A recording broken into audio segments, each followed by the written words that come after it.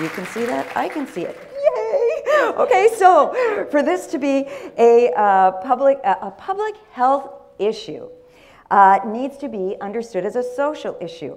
And clearly pornography is a social issue. And when something is a social issue, by its very nature, that means that the problem is so big that it is beyond what individuals or groups have the capacity to correct.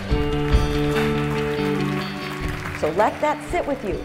That means individual strategies for change are still critically important, but when it is a public health issue, it requires something bigger than what only individuals can do.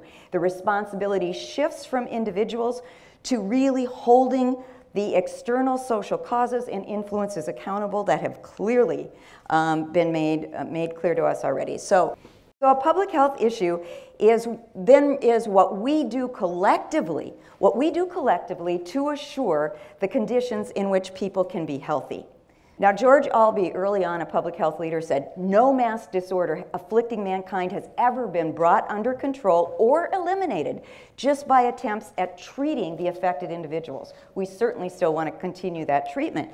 Primary prevention is what we do before any problem has started so that it doesn't happen in the first place. The first perpetration, the first problematic behavior never happens before the onset, which means we've got to have communities and environments that make it highly unlikely to ever have that problematic behavior be done in the first place. And that means, in public health language, we need to make the healthy choice the easy choice. We need to make it very easy for people to behave in these ways. So the public health model, that'll be very familiar to some of you, says basically we need to define the problem very carefully. And in this case, that means we want to say what we mean by pornography.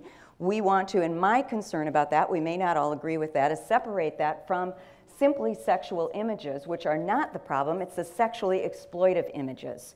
It is sexually violent and sexual derogatory and sexually exploitive images called sex, hijacking of sex, and really laying a claim to sex that we should not be confusing. It is defining the porn culture. It is defining the impact of the industry and the multiple layers of harm that you will be hearing about throughout this.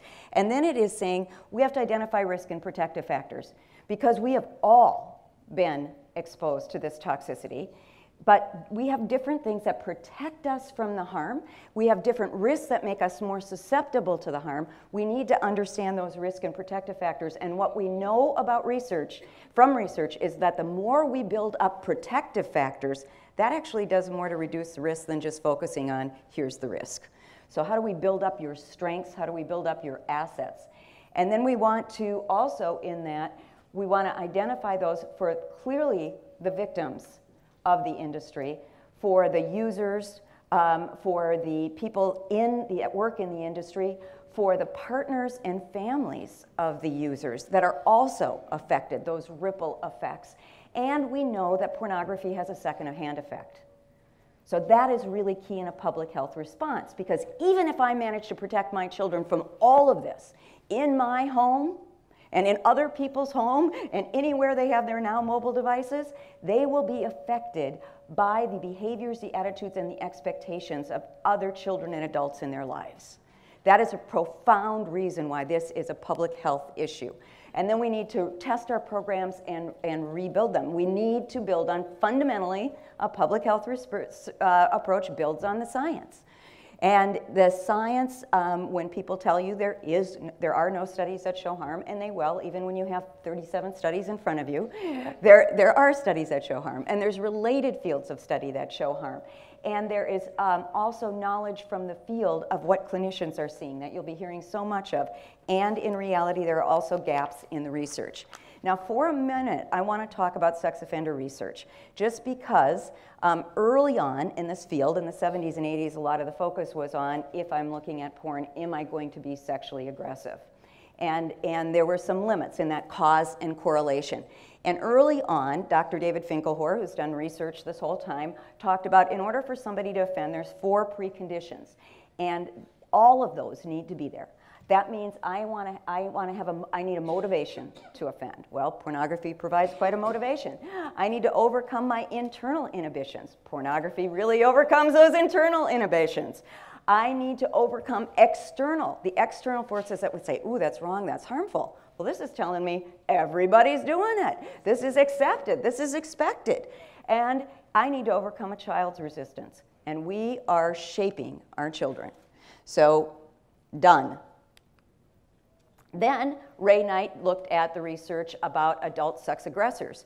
And what they said is, okay, pornography is not a cause, it's a correlate. This has been the argument for a long time. In the research, what we see as core causes of adult sexually aggressive behavior, antisocial behavior, callous unemotionality, and hypersexuality. Now, I would submit to the jury, what feeds all of those? There are the correlates of alcohol use, distorted perceptions, which also come from pornography, rape-supportive attitudes that also come from pornography, and pornography use itself. So let's look at juveniles. They are not the same duck. So we have to understand juveniles seeing this have a different effect than starting later in our lives. And juveniles who commit sex offenses are not the same as adults who commit sex offenses. So juveniles, and this study was looking at juveniles who commit sex offenses and juveniles who are delinquents. So what's the difference between those that decide to commit the sex offenses? And what Luminaire and Sato found is the difference is early exposure to sex and pornography, higher rates of sexual abuse, and atypical sexual fantasies, behaviors, and interests, which of course all get fed by this pornified society. So I want to mention Bridges' study too, but I want to say you also augment what Gail mentioned in that this was using a perpetrator action scale. So this was, in how they scaled this, 11.5 acts of aggression per scene, and they could only code positive sexual behavior under 10% of the time. So is this sex? Is this violence? Why do we allow a language of sex, sexually explicit materials, to be used to define pornography? So this was just in the UK and only in December, and they wanted to say, so how many kids are seeing pornography? They looked at 1 month. 1 month of December, and said that we can see 44,000 primary students in 1 month accessing. This was the UK. That was between the ages of 6 and 11, 1 in 35 of the kids. Between the ages under 16, 1 in 16. 1 in all 10 kids were on the internet in that month. And this did not include smartphones, mobile devices, which is where most are going. So think about how conservative that is. 1 month in December. Now, Owen's study that also gets picked up by the pro-porn people to show there's not any effect actually doesn't say that at all. It's a meta-analysis, and again, he said this is not a cause, it's a correlate, but indeed with males who are already sexually aggressive in their behavior and they use pornography, they are much more likely to use sexually aggressive language. They are much more likely to engage in sex with animals and aggressive sex. So were the themes from pornography. But it also showed several other correlations with these kids. Unrealistic values and beliefs, sexual preoccupation, earlier sexual experimentation, girls feeling inferior, of course, boys feeling inferior, of course. What about that says don't no harm? So Bente's study, I think, was very important because it was non-clinical sample. And that was boys and girls, and this was 2007, so it's only gotten worse from them. But in 2007, that was what they were seeing then was that average age of exposure was 12, 98% of the kids had been exposed. The real key was 1 in 3 children under age 10 had been exposed, okay? And under 10 is different. Under 10, the kids were even more likely to want to be engaged in sexually questionable acts, to want to have more varied sex, to be dreaming about that, to be wanting that, to be having more interest in sexually aroused, literally sexually aroused by violence. And here's the industry hook. Consume more pornography every week already and spend more time looking at it. And again, simply in my lens, it's just sex education. So here's where we need more research, one of the areas when we're looking at this, because we need to be mindful of this. Our kids with intellectual disabilities, and this is something else Dr. Cooper and could speak to much more, but when I am already at an intellectual, perhaps age of 8, but I'm 15, this is a fear for parents so much. Children are children with autism. It is tough for our kids with disabilities that put them on an even keel to deal with this. If I've got intellectual disabilities, if I've got some of these other challenges from trauma in my life, that makes this even more troubling to deal with. And the problematic sexual behavior is even more likely, and my vulnerability to victimization even greater. And yet we keep kind of skipping over really looking at what our specific message is. Now, sexually reactive children in clinics used to be understood to primarily be, I'm mimicking these things, I'm acting out sexually, I've got a problematic sexual behavior. Usually that meant I had some adverse childhood experiences, most often sexual abuse, physical, emotional violence, neglect, witnessing that violence. And those kids that are sexually reactive that are exposed to pornography, like all kids are 5 times more likely to engage in this particular study said coerced vaginal penetration. I would expect with the themes of pornography, those behaviors have changed. But here's the other deal. Now what clinicians are seeing, and I'm sure Marianne Layden will speak to this too, is a lot more sexually reactive children that have not got a history of abuse or neglect. They were abused and neglected by our sexually toxic society and the exposure to pornography. So we need much newer and better research that this country tends to block on what is expected sexual development in our children. Because from the studies of Bill Friedrich at Mayo Clinic, who is no longer alive, but was one of the people that studied this for a long time, and Tony Johnson Kavanaugh and others who have studied this, one of the things we know is that trajectory of expected development, what we might see at 8, that before if a child at 8 did, we would say, this child's been sexually abused. Now may not be. They likely may have seen this in these other ways. And we can't just go by age, because not all 8-year-olds are alike. We all know this, who are parents and grandparents, right? It's that stage of development. It's the age, it's the context of their community. It's the context of their world we need to understand to assess that, and the impact of their environment. And we want to understand, because we need to understand what's natural and healthy. And what's really sad and really scary to me is what's natural in their world is so pornified. And what does that mean about that trajectory versus sexually reactive versus extensive mutual sexual behaviors, meaning it's consensual, but it is well out of what we would expect at your age, and children who molest. David Wallach, a fabulous person who does frameworks research and really helped us understand the importance of understanding what pre-existing frames people have in their mind, said we spend boatloads helping people recover, and that is so, so, so important. But we've got to step back and ask ourselves, do we want to help people beat the odds, or do we want to change the odds so they don't have so much to beat? We've got great filter programs here, that is excellent, but wouldn't it be nice if we didn't have so much to filter against? Like, we need to get busy and change this so we don't have so much to recover from and protect our children from. So in order to understand that more, another public health lens is, again, when this is a public health problem, then it is imperative that our leaders and our public health advocates get involved to create a protective environment. What environment means in this language is that it's a broad social and environmental context that everyday life takes place in, and what clearly Gail has helped us see already is that this is a pornified culture and a pornified environment. Now, when we want action, we want to move across a socio-ecological model. We still want what each individual can do because we can make a difference. We can be like, and if you don't believe me, have you ever been in bed with a mosquito? You know, it'll get you. It'll get act up. Like, that little thing can make a whole lot of difference because it just can really bug you, no pun intended. But we need to engage us on a relationship level, community, and a society level. And I really like the spectrum of prevention. Prevention Institute said, if you're not familiar with them, look at that site. Because they said we spend 95% of our prevention limited resources in educating. And educating is so key. We don't ever want to go away from that. But you can bet these companies would give us money to do our education as long as we stay away from policy change and organizational practice change and fostering broad-based, very effective coalitions.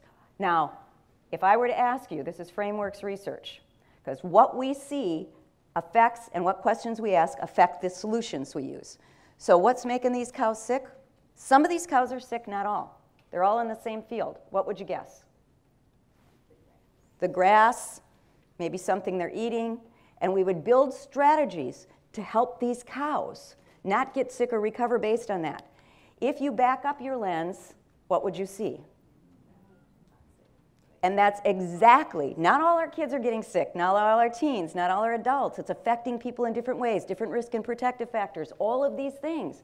But we've got to understand the environment. And as researcher John Briere says, toxic decisions make sense in a toxic environment.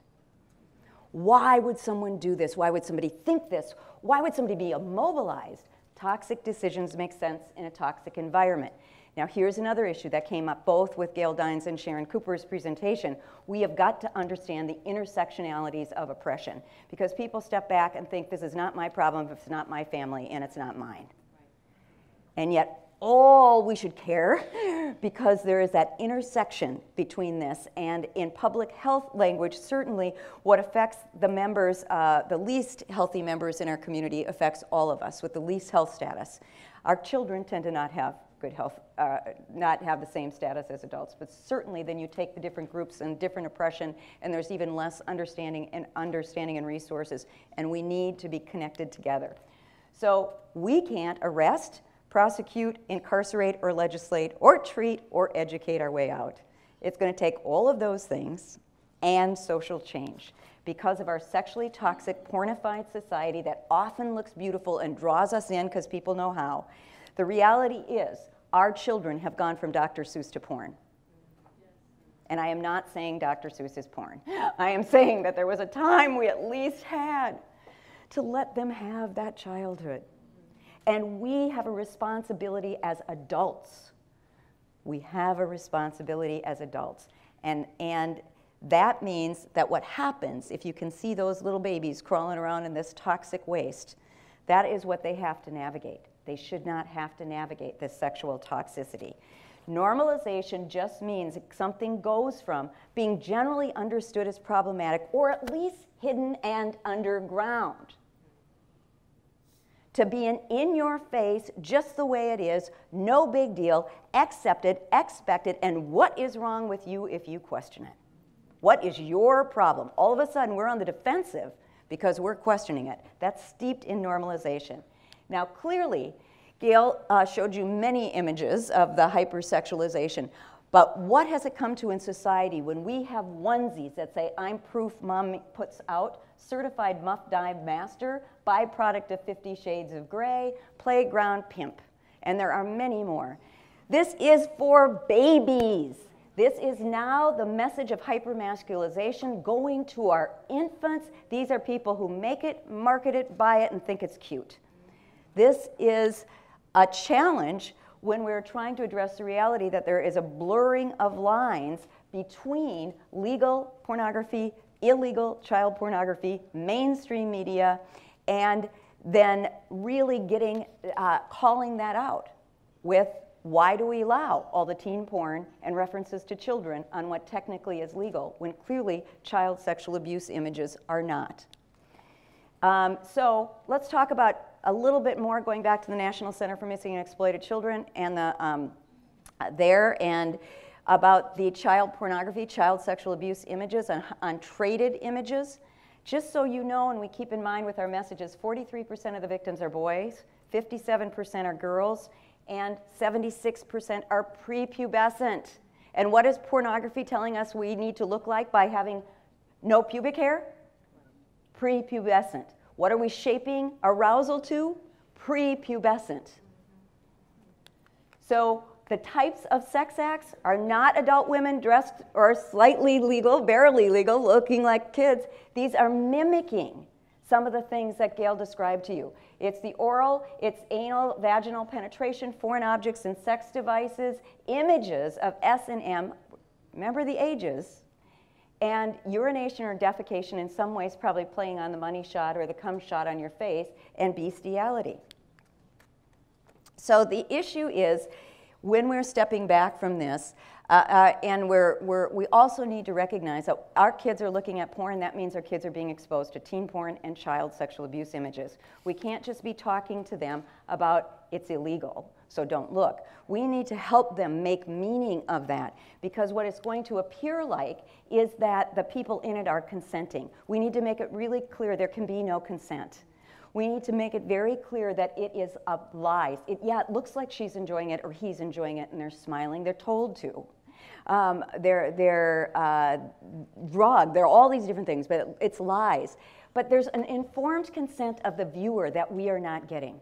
Because we need an informed consent of the viewer that says, when I look at this, I think I'm learning about sex. But when I look at this, it's affecting my brain, it's affecting my body. It's this toxic stew you've already heard about. There's no informed consent for that. And so certainly helping them understand why it's not legal and understanding that mix of responses that they have. So we recognize this is so hazardous that at the National Center, for the analysts that have to look at this, there's a safeguard program. For the internet crimes against children, part of my work deals with compassion fatigue for investigators who have to look at this stuff. We recognize this is so toxic that highly trained individuals, this is an occupational hazard.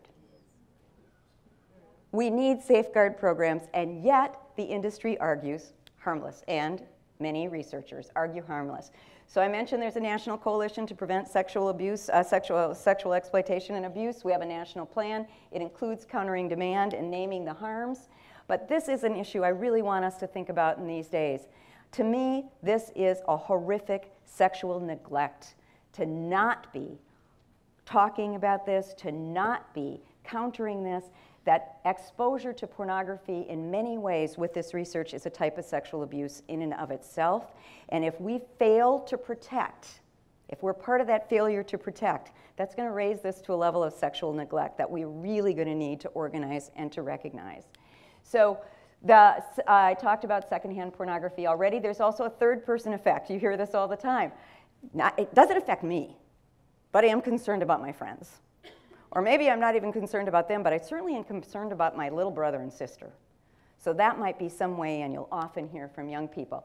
Also, Gail talked about this study of, but I want to add to those 3 A's, arousal, acceptability, expectability, and that sexualization of pain, and making pain be somebody's pleasure.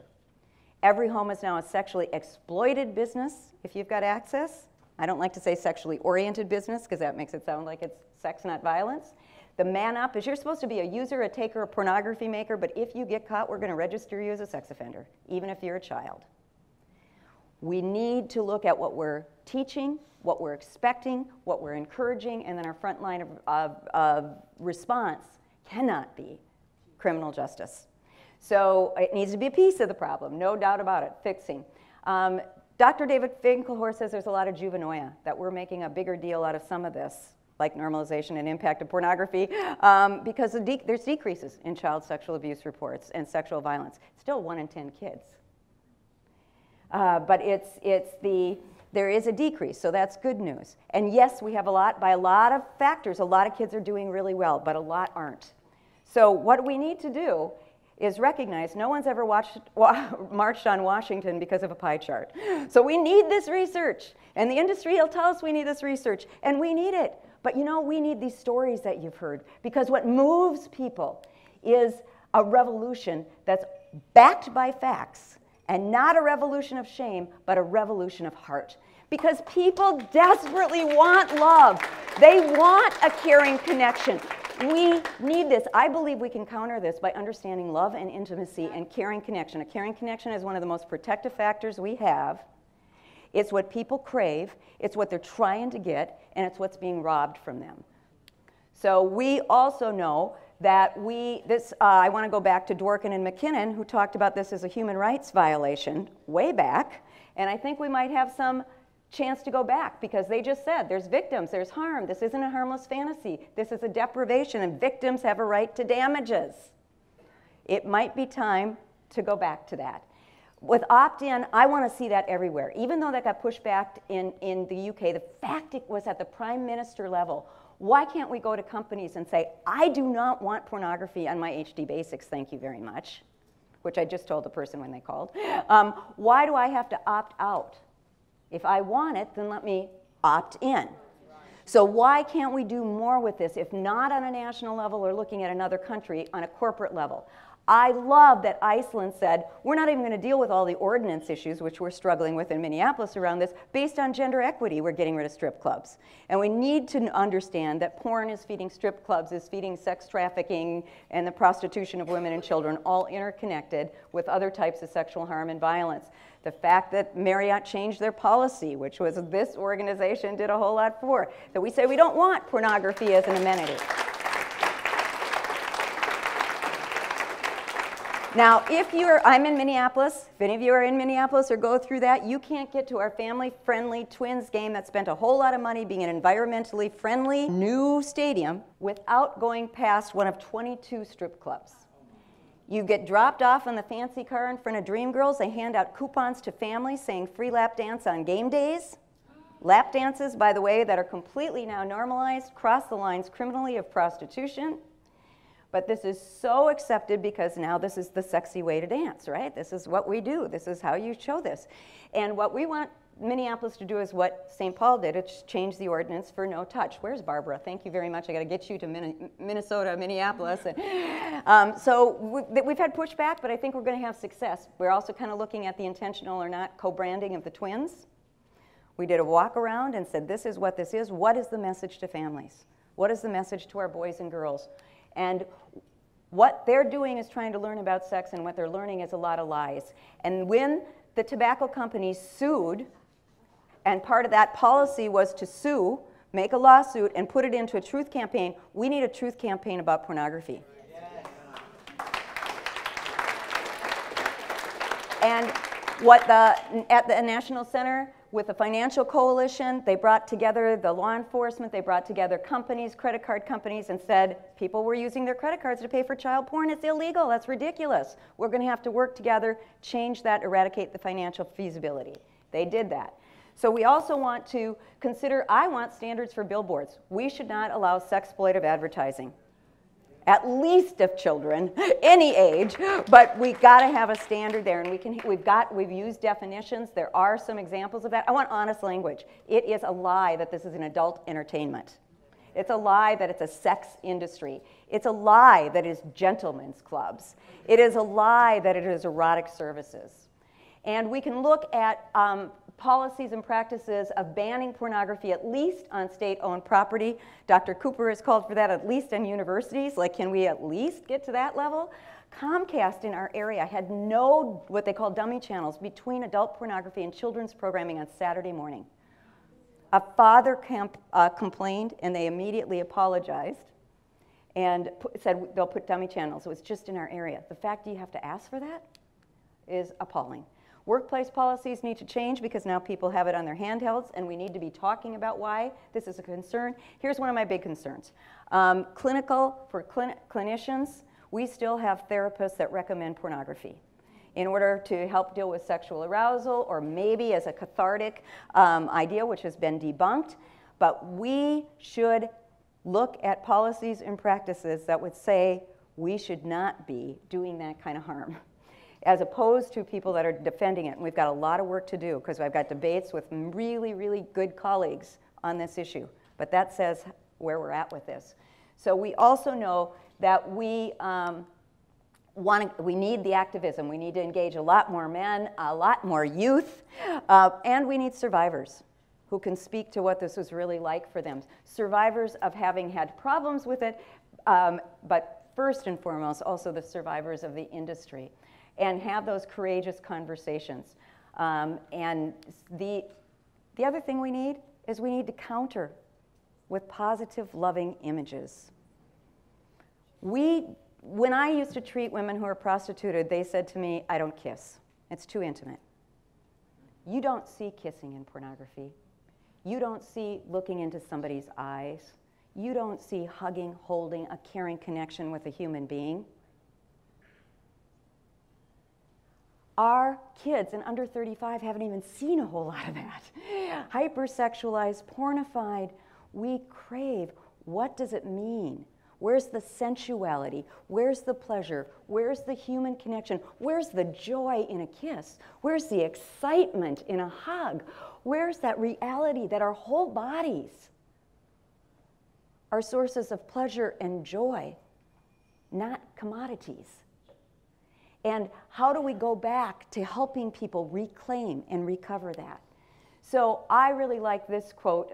Marie Enneman of the Department of Applied Information Technology said, "We have absolutely rights of freedom of expression and personal privacy are fundamental, and they are to be defended.